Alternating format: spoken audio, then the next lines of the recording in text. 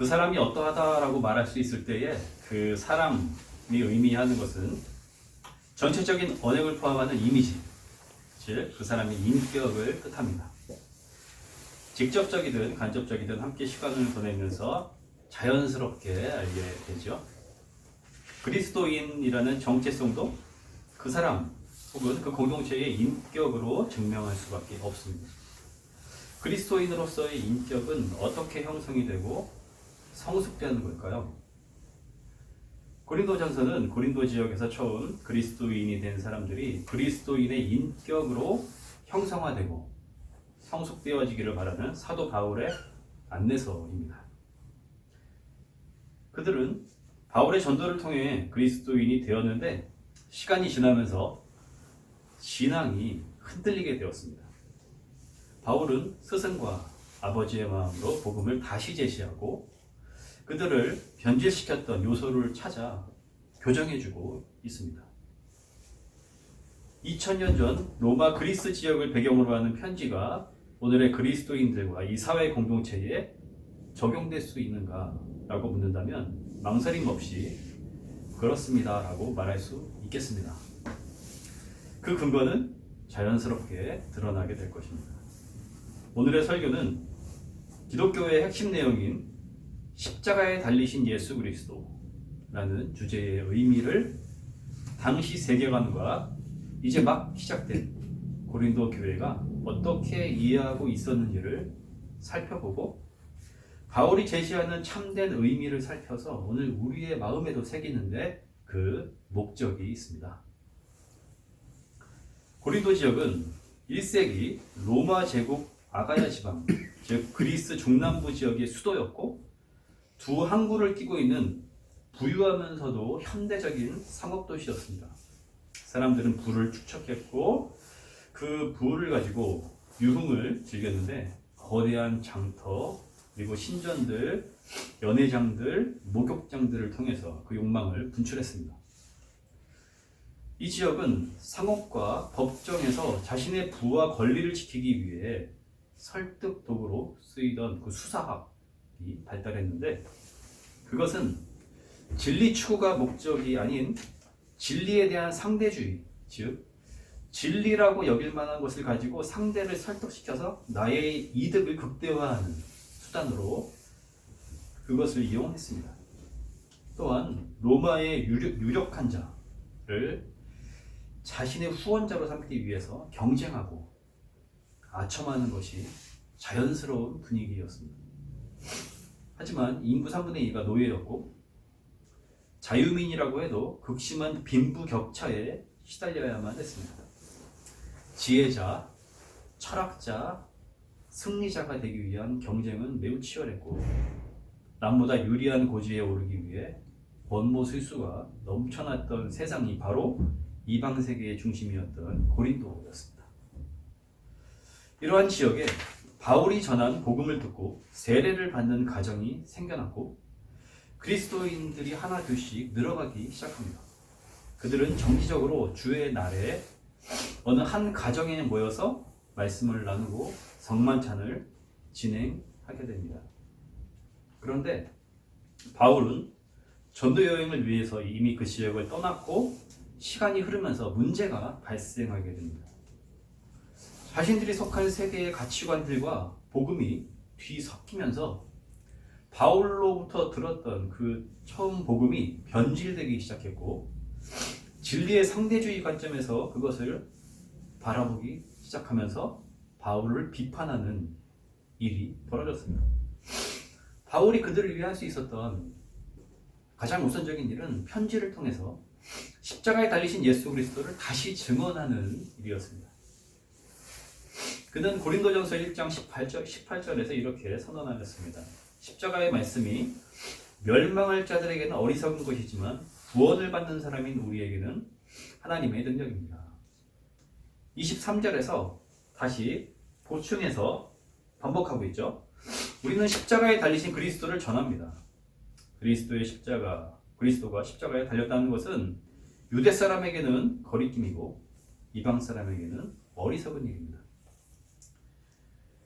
그리스도인의 정체성을 형성하기 위해 가장 먼저 해야 할 일은 기쁜 소식인 복음을 듣는 것입니다. 바울이 이 복음을 강조해서 들려주는 이유가 있었습니다. 그것은 왜 그 소식이 복음이 되는가, 기쁜 소식이 되는가 라는 중요한 그 주제에 고린도 교회 사람들이 의구심을 품기 시작했다는 것입니다. 그게 바로 가장 근본적이면서도 중대한 문제점이었습니다. 근본적인 것이 무너지면 그 위에 기대하지 않았고 의도하지 않았던 문제들이 생겨나게 됩니다. 십자가에 달리신 그리스도는 유대인들에게는 생각하고 싶지도 않은 거리끼는 것이었고, 고린도 지역을 중심으로 하는 이방 세계에는 어리석은 것으로 여겨졌으니 그 세계의 가치관에 젖어 있던 고린도 교회가 버텨낼 힘이 없었던 것입니다. 여기서 거리낌과 어리석음의 의미를 살펴보고, 바울은 왜 십자가가 하나님의 능력이라고 말하는지 유대인의 관점, 그리고 지금 우리의 상황과 다르지 않은, 그렇기에 귀 기울여 우리도 들어야 하는 이방 세계의 관점에서 살펴보겠습니다. 유대인의 관점에서 십자가에 달린 죽음은 하나님께 저주받음을 의미했습니다. 신명기 21장 22절에서 23절은 이렇게 증언합니다. 죽을 죄를 지어서 처형된 사람의 주검은 나무에 매달아 두어야 합니다. 그러나 사람들은 그 주검을 나무에 매달아 둔 채로 밤을 지내지 말고 그 날로 묻으십시오. 나무에 달린 사람은 하나님께 저주를 받은 사람이기 때문입니다. 당신들은 당신들의 하나님이 당신들에게 유산으로 준 땅을 더럽혀서는 안 됩니다. 하나님께 저주받았기 때문에 나무에 달려 죽임당한 자는 공개되는 치욕을 감당해야 했고, 그 땅을 오염시키는 해로운 것으로 치부되었습니다. 유대 사람들은 예수님이 십자가에 달리셨을 때 무엇을 기대했을까요? 두 가지의 시각이었을 것입니다. 하나는 하나님께 저주받은 자의 비참한 결말을 냉혹한 눈초리로 바라보는 것이었고, 다른 하나는 기적을 일으키는 표적을 볼 수 있을까? 기대하는 것이었습니다. 예수님이 십자가상에서 엘리 엘리 라마 사박다니, 하나님 하나님 어찌하여 나를 버리십니까를 외치시자 그 말을 자신들이 듣고 싶어 했던 말로 왜곡한 사람들이 있었는데, 엘리야가 와서 그를 구원하나 보자 라면서 웅성거림이 있었다고 성서는 증언하고 있습니다. 유대인들은 기적을 일으키는 표적이 메시아의 증표라고 생각했습니다. 하지만 그러한 기적은 일어나지 않았습니다. 바울이 유대인의 관점으로 말하고자 하는 십자가의 진정한 의미, 왜 그것이 하나님의 능력이 되는가라는 물음에 대한 응답은 이러합니다. 예수님은 장사되신 지 3일 만에 죽음에서 일으켜지셔서 부활하셨기에 십자가는 더 이상 하나님의 저주가 아닌 하나님의 계획의 완성이라는 것입니다. 즉 십자가 죽음이 하나님께 저주받는 것의 증표였는데, 이제 그것이 아니라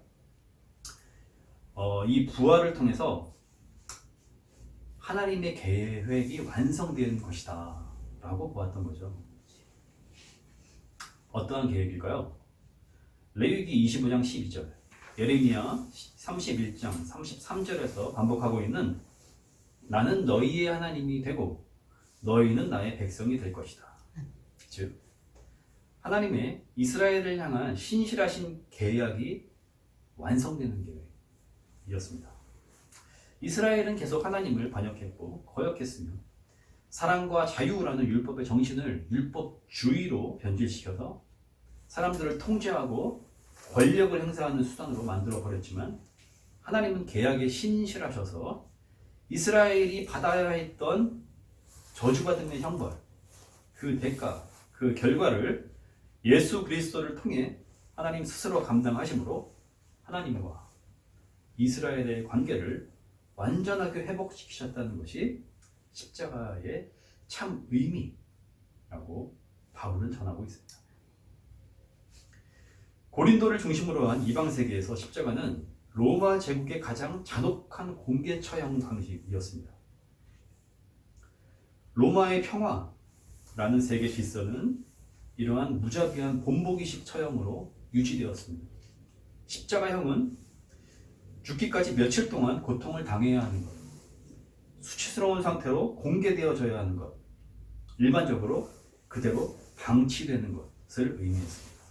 사람들은 제국의 질서 앞에 몸을 움츠렸고 생사여탈권, 사람을 살리고 죽일 수 있는 권리가 있었던 황제를 신으로 여기며 납작 엎드려야만 했습니다. 이방 세계는 십자가에 달리신 예수님의 이야기를 통해 무엇을 기대했을까요? 제국의 힘에 거스르지 않는 지혜, 자신들의 부와 권리에 조금이라도 해가 되지 않도록 성가신 일들을 빨리 처리하는 결단, 예수님의 유죄 판결과 사형에 걸린 시간은 하루같이 걸리지 않았습니다. 지금 나의 성공에 도움이 되지 않는 것들은 무시해버리는 자만 정도가 아니었을까요? 그렇다면 바울의 전도를 통해 시작되었고 어느 정도의 시간이 흐른 본문상의 고린도 교회가 이해하고 있던 십자가의 의미는 무엇이었을까요? 바울은 그들에게 나타난 세 가지의 모습을 지적하면서 그 의미가 변질되었음을 밝힙니다. 첫째, 그들은 말의 지혜를 추구하는 데 열중했다는 점입니다. 바울은 1장 20 그리고 21절에서 하나님은 이 세상의 지혜를 어리석게 하시고 어리석게 들리는 설교를 통해서 믿는 사람들을 구원하시기를 기뻐하셨다라고 증언합니다. 그들은 지혜자와 말 잘하는 수학적 스승들에게 매료되었고 진리를 상대화함으로써 이익을 극대화하려고 했던 당시 세계관에서 빠져나오지 못하고 있었습니다. 마치 시장에 등장한 지혜 상품 중에 하나 정도로 복음을 다루었던 건 아니었을까요? 둘째, 지혜의 한 측면이면서 당시 큰 인기를 끌었던 영지주의적인 관점으로 복음을 이해하는 사람들이 많았다는 것입니다. 비밀스러운 방식의 지혜, 그것으로 신적인 세계에 참여할 수 있다고 생각했고 신비체험을 통해서 운명이나 죽음으로부터 해방될 수 있다는 생각을 토대로 복음을 대한 것입니다. 그 결과 구원을 완성했다고 자부하는 이들이 생겨났고 나는 이미 구원을 이루었기 때문에 부도덕하고 방탕한 일을 해도 상관이 없다라고 여기는 자들이 나타났습니다. 셋째, 파당을 만들어서 자신들의 영향력을 관철시키고 상대를 평가하는 일들이 벌어졌습니다. 1장 12절에 따르면 바울파, 베드로파, 아볼로파, 그리스도파가 나뉘어져 있었습니다. 바울과 베드로, 아볼로는 신실한 그리스도의 종들이었고 그리스도는 우리의 죄를 용서해 주시기 위해 십자가에 달리신 주님이 아니십니까? 바울이 파당 문제를 1장에서 제일 먼저 언급하고 있다는 것은 이 문제가 심각했다는 것을 보여주는 것입니다. 그리스도파를 자처한 이들까지 있었다는 것을 강조해서 지적하는 것을 보면 그들이 복음의 순수성에서 얼마나 멀어져 있었는가를 여실히 보여주려고 했던 바울의 의도를 분명하게 볼 수 있습니다. 그런데 이 세 가지의 모습을 곰곰이 생각해 보십시오. 이것이 1세기 고린도 교회만의 문제라고 볼 수 있겠습니까? 그리스도의 십자가 부활의 의미가 오늘 나와 공동체에 어떠한 의미를 주는가를 구하기보다는 지혜와 위로의 말씀, 교양을 찾고 있지는 않습니까? 다양한 은사를 존중하지 않고 자신의 체험을 절대화하고 있지는 않습니까? 영향력을 행사하고 싶고 이득이 될 만한 관계를 맺고 싶어서 신경을 쓰고 있지는 않는지 우리는 돌아봐야 하겠습니다. 바울이 이방 세계적 관점에서 말하는 십자가의 진정한 의미, 왜 그것이 하나님의 능력이 되는가 라는 물음에 대한 응답은 이러합니다. 그 응답을 오늘 우리에게 들려주는 메시지로 한번 들어보십시오. 세상의 평화, 지혜로운 처신을 위해 예수 그리스도를 십자가에 처형했지만 하나님은 부활로 그를 일으키심으로써 그러한 평화와 지혜가 아무 소용이 없음을 폭로하셨다는 것입니다. 참 평화는 로마나 지금 이 시대에 제국에 견줄 만한 힘에 의해서 얻을 수가 없고, 오직 하나님이 예수 그리스도를 통해 인간의 죄를 감당하심으로 온 세계를 하나님 안에서 화해시키신 사건에서 찾아야 한다는 것을 선언하고 있습니다. 고린도 교회가 추구했던 지혜는 십자가를 어리석게 보도록 만드는 무익한 안경이었기 때문에 그들은 안경을 벗고 십자가에 달리신 예수 그리스도를 순종과 무력하신 하나님의 계획을 참되게 다시 바라보면서 자신들이 이제까지 고수했던 세계관을 완전히 전복시켜야 했습니다.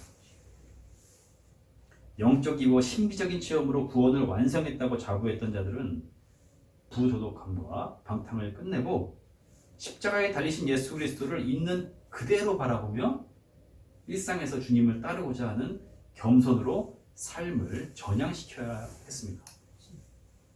자신이 속한 파당을 통해서 인정받고자 했던 욕구를 이제는 떨쳐버리고 십자가에 달리신 그리스도를 깊이 바라보면서 사랑의 은사를 구하기로 결단해야 했습니다.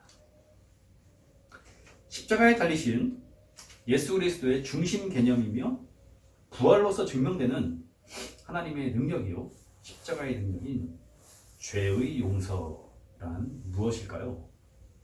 그것은 인간 스스로 벗어날 수 없는 짐, 포로된 상태에서 계속 짊어져야 하는 짐의 의무에서 해방되는 것을 의미합니다. 그 짐은 무엇입니까?